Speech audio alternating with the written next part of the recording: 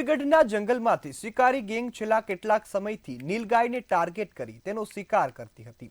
સાથે જ આ ગેંગ જે સભ્યો એક નીલગાયનો શિકાર કરીને માંસને પ્લાસ્ટિકની થેલીઓમાં ભરી સમગ્ર ઘટનાને અંજામ આપતા હતા, પરંતુ આ દરમિયાન શિકારી ગેંગનો જ શિકાર થતો જોવા મળ્યો છે।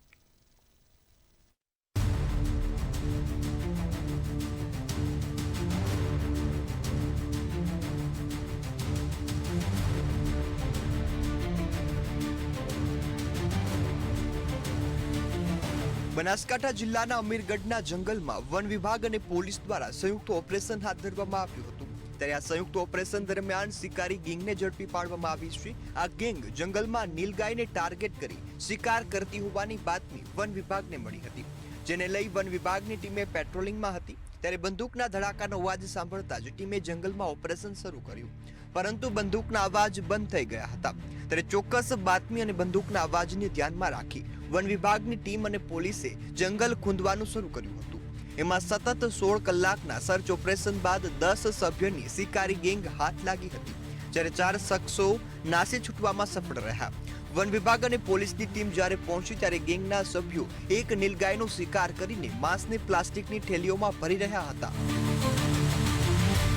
બંદૂકનો અવાજ આવેલો અને ત્યાંથી સ્ટાફ તે દિશામાં ગયેલ અને ત્યાં મને જાણ કરેલ અને તેના આધારે અમે અને અમીરગઢ પોલીસ અને અમીરગઢ વેન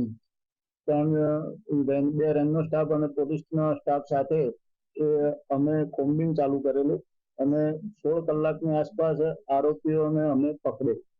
કેટલા આરોપીઓ હતા? ટોટલ 14 આરોપી હતા, એમાંથી 4 ફરાર થઈ ગયેલા અને 10 આરોપીને અમે પકડી અને લાવેલા હતા।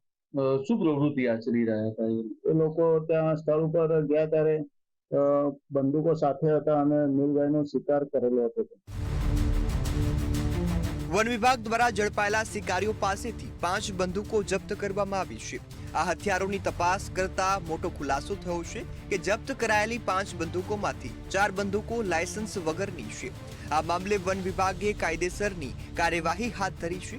આ સાથે જ વન વિભાગે ગેરકાયદેસર શિકાર અને ગેરકાયદેસર હથિયાર રાખવા બદલ આર્મ્સ એક્ટ હેઠળ તમામ આરોપીઓ વિરુદ્ધ સત્તાવાર ફરિયાદ નોંધી છે।